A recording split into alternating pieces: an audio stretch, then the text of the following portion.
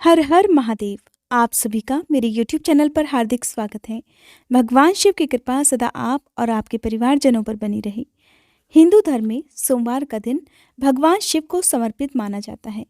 इस दिन बहुत से भक्त भगवान शिव की पूजा करके व्रत भी रखते हैं। सोमवार के दिन प्रदोष काल में पूजा करने से कहा जाता है कि भोलेनाथ जल्दी प्रसन्न होते हैं और जो भी आपकी मनोकामना है उसे वो पूरा करते हैं। भगवान शिव की पूजा करने से जीवन से दुख, रोग, कलह, क्लेश और आर्थिक तंगी दूर हो जाती है। यदि किसी के जीवन में विवाह संबंधी कोई परेशानी हो या लोगों का विवाह होने में कोई समस्या आ रही हो तो सोमवार का व्रत करके विधिवत पूजा करनी चाहिए। आइए रसपान करते हैं सोमवार व्रत कथा का। व्रत कथा सुनने के बाद कमेंट बॉक्स में भोलेनाथ की जय जरूर लिखिएगा। हे भोलेनाथ, इस कथा को कहने, सुनने और हुंकारा भरने वाले सभी भक्तों के जीवन से हर दुख दूर करना, सभी की मनोकामनाएं पूर्ण करना। पौराणिक कथा के अनुसार एक समय की बात है, किसी नगर में एक साहूकार रहता था। उसके घर में धन की कोई कमी नहीं थी, लेकिन उसकी कोई भी संतान नहीं थी। इस कारण वो बहुत दुखी था। पुत्र प्राप्ति के लिए वो हर सोमवार व्रत भी रखता था और पूरी श्रद्धा के साथ शिव मंदिर जाकर भगवान शिव और माँ पार्वती की पूजा भी किया करता था। उसकी भक्ति देखकर एक दिन माँ पार्वती प्रसन्न हो गई और भगवान शिव से उस साहूकार की मनोकामना पूर्ण करने का आग्रह करने लगी। देवी पार्वती की इच्छा सुनकर भगवान शिव ने कहा कि हे पार्वती, इस संसार में हर प्राणी को उसके कर्मों का फल मिलता है और जिसके भाग्य में जो हो उसे भोगना ही पड़ता है। लेकिन पार्वती जी ने साहूकार की भक्ति का मान रखने के लिए उसकी मनोकामना पूर्ण करने की इच्छा प्रकट की। माता पार्वती के आग्रह पर भगवान शिव ने साहूकार को पुत्र प्राप्ति का वरदान तो दे दिया, लेकिन साथ ही ये भी कह दिया कि उसके बालक की आयु केवल 12 वर्ष की होगी। माता पार्वती और भगवान शिव के बीच इस संवाद को वो साहूकार सुन रहा था। उसे ये बात सुनकर ना तो खुशी हुई और ना ही दुख, बल्कि वो पहले की तरह भगवान शिव की पूजा करता रहा और उपवास भी रखता रहा। कुछ समय के बाद साहूकार के घर एक पुत्र का जन्म हुआ। जब वह बालक 11 वर्ष का हुआ तो उसे पढ़ने के लिए काशी भेज दिया गया। साहूकार ने पुत्र के मामा को बुलाकर उसे बहुत सारा धन दिया और कहा कि तुम इस बालक को काशी विद्या प्राप्ति के लिए लेकर जाओ और रास्ते में यज्ञ भी कराते जाना। जहाँ पर भी यज्ञ कराओ वहां ब्राह्मणों को भोजन कराते हुए और दक्षिणा देते हुए ही आगे बढ़ना। अब दोनों मामा भांजे इसी तरह यज्ञ कराते और ब्राह्मणों को दान दक्षिणा देते हुए काशी की तरफ चल पड़े। रास्ते में एक नगर पड़ा जहां नगर के राजा की कन्या का विवाह था, लेकिन जिस राजकुमार से उसका विवाह होने वाला था वो एक आंख से काना था। राजकुमार के पिता ने अपने पुत्र के काना होने की बात को छुपाने के लिए एक चाल सोची।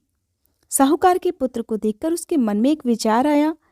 उसने सोचा, क्यों न इस लड़के को दुल्हा बनाकर राजकुमारी से विवाह करा दूं। विवाह के बाद इसको धन देकर विदा कर दूंगा और राजकुमारी को अपने नगर ले जाऊंगा।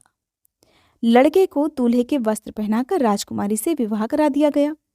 लेकिन साहूकार का पुत्र ईमानदार था, उसे ये बात बिल्कुल ठीक नहीं लगी। उसने अवसर पाकर मंडप में ही राजकुमारी के चुन्नी के पल्ले पर लिख दिया कि तुम्हारा विवाह तो मेरे साथ हुआ है, लेकिन जिस राजकुमार के संग तुम्हें भेजा जाएगा वो एक आंख से काना है। मैं तो काशी पढ़ने जा रहा हूँ। जब राजकुमारी ने चुन्नी पर लिखी बातें पढ़ी तो उसने अपने माता पिता को ये बात बताई। तब राजा ने अपनी पुत्री को विदा नहीं किया, जिससे बारात बिना दुल्हन के ही वापस चली गई। दूसरी ओर साहूकार का लड़का और उसका मामा काशी जा पहुंचे। वहां जाकर उन्होंने यज्ञ किया।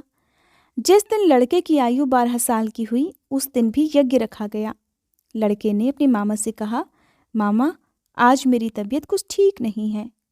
मामा ने कहा कि तुम अंदर जाकर सो जाओ। शिव जी के वरदान अनुसार कुछ ही देर में उस बालक के प्राण निकल गए। मृत भांजे को देखकर उसके मामा ने विलाप करना शुरू कर दिया। संयोगवश उसी समय शिव जी और माता पार्वती उधर से जा रहे थे। माता पार्वती ने भगवान शिव से कहा, हे स्वामी, मुझे इस व्यक्ति के रोने का स्वर सहन नहीं हो रहा। आप कृपया इस व्यक्ति के कष्ट को अवश्य दूर करिए। जब भगवान शिव मृत बालक के पास गए तो कहने लगे कि ये तो उसी साहूकार का पुत्र है जिसे मैंने 12 वर्ष की आयु का वरदान दिया। हे देवी पार्वती, अब इस बालक की आयु पूरी हो चुकी है। लेकिन ममता से विभोर होकर माता पार्वती जी कहने लगी, हे महादेव, आप तो सभी के दुख दूर करते हैं, अपने भक्तों की मनोकामनाएं पूर्ण करते हैं। कृपया आप इस बालक को दीर्घायु होने का वरदान प्रदान करें, अन्यथा इसके वियोग में तो इसके माता पिता भी तड़प तड़प कर मर जाएंगे। माता पार्वती के आग्रह पर भगवान शिव ने उस लड़के को पुनर्जीवन होने का वरदान दे दिया। भगवान शिव की कृपा से वह लड़का जीवित हो गया। शिक्षा समाप्त करके लड़का अपने मामा के साथ वापस अपने नगर की ओर चल दिया। दोनों चलते हुए उसी नगर में जा पहुंचे जहां उसका विवाह हुआ था। उस नगर में भी उन्होंने यज्ञ का आयोजन किया। उस लड़के के ससुर ने उसे वहां पहचान लिया और महल में ले जाकर उसकी खूब खातिरदारी की और फिर ढेर सारा धन देकर अपनी पुत्री को उसके साथ विदा कर दिया। इधर साहूकार और उसकी पत्नी भूखे प्यासे रहकर अपने बेटे के आने की प्रतीक्षा कर रहे थे। उन्होंने प्रतिज्ञा ले रखी थी कि यदि उन्हें अपने बेटे की मृत्यु का समाचार मिला तो वो भी प्राण त्याग देंगे। परंतु अपने बेटे के जीवित होने का शुभ समाचार पाकर वे बहुत प्रसन्न हुए। उसी रात को भगवान शिव ने व्यापारी के स्वप्न में आकर कहा, हे श्रेष्ठी, मैंने तेरे सोमवार के व्रत करने और व्रत कथा सुनने से प्रसन्न होकर तेरे पुत्र को लंबी आयु प्रदान की है। और इस प्रकार जो भी भक्त सच्चे मन से सोमवार का व्रत रखता है या इस कथा को सुनता है और पढ़ता है, उसके सभी दुख भगवान शिव दूर कर देते हैं और सभी मनोकामनाएं भी पूर्ण कर देते हैं। हे भोलेनाथ, जिस तरह से आपने साहूकार के दुख को दूर किया, उसी तरह से इस कथा को सुनने वाले सभी भक्तों के दुख दूर करना। भक्तजनों, ये थी सोमवार व्रत कथा। उम्मीद करती हूँ आज की ये वीडियो आपको पसंद आई होगी।